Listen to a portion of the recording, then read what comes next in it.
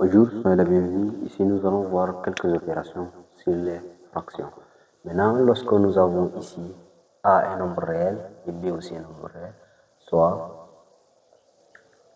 A, B, C et D des nombres réels avec, on a ici avec B et D non nuls. Donc, si vous avez A sur B plus C sur D, ça veut dire quoi ici? Vous avez A est différent, B est différent de D, ça veut dire quoi ici? Ça, vous avez, c'est les numérateurs, ça, c'est les dénominateurs.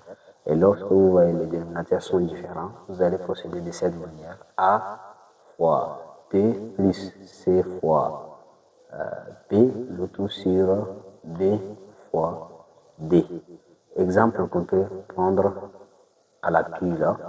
Lorsque vous avez par exemple 3 cinquièmes plus on a 1 demi, ça veut dire quoi? Ici vous avez 3, ici 5, ici vous avez 2, l'autre 1.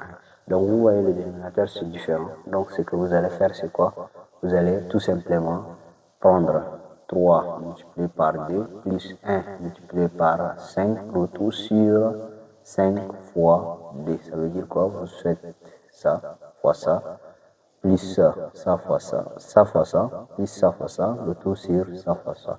Et là, vous aurez ici quoi? Vous aurez 6 plus 5, le tout sur 10. Ça vous donne 11 sur 10.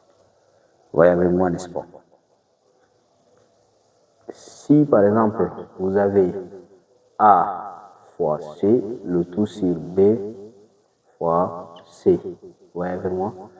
Avec ici, avec, bon, on va essayer de finir carrément. Ça va nous donner tout simplement A sur B, n'est-ce pas? Avec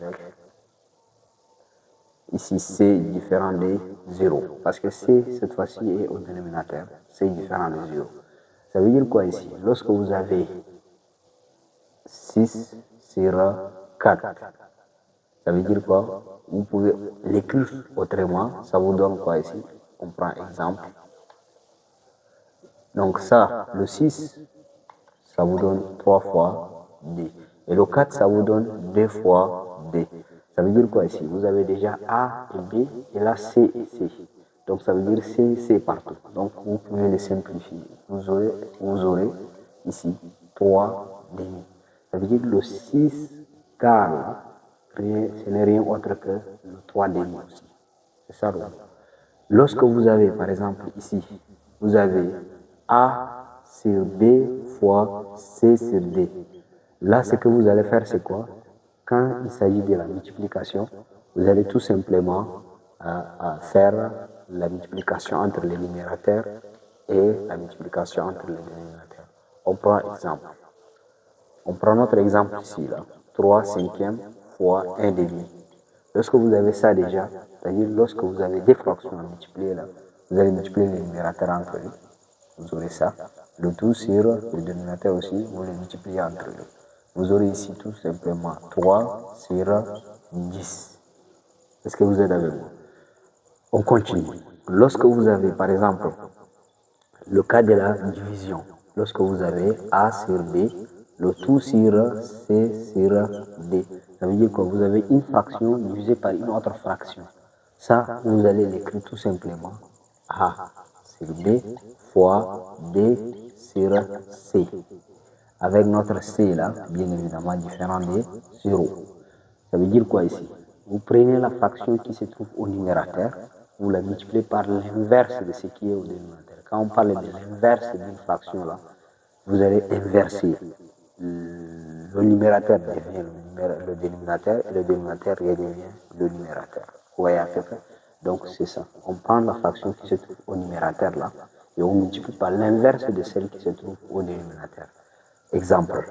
Si par exemple on prend notre premier exemple là, on a quoi ici? 3 cinquièmes divisé par 1 demi. Lorsque vous avez ça, vous allez faire tout simplement 3 cinquième fois le D sur 1. Vous voyez avec moi, n'est-ce pas? Donc vous avez 3 cinquièmes divisé par 1 sur 2. Et là, vous aurez quoi ici? Vous aurez 3 cinquièmes fois 2 sur 1. Ce n'est rien autre que D seulement. Vous voyez, n'est-ce pas? Donc, ce qu'on va faire, c'est quoi? On va faire la multiplication entre les numérateurs, comme on vient de le faire là. On a dit quoi? Lorsqu'il s'agit de la multiplication, on aura 3 fois 2, le tout sur 5 fois 1. Et là, vous aurez 6 sur 5. Vous voyez avec nous, n'est-ce pas? Maintenant, si je vous pose la question, lorsque vous avez, par exemple, A sur D moins C sur D, qu'est-ce que vous allez faire?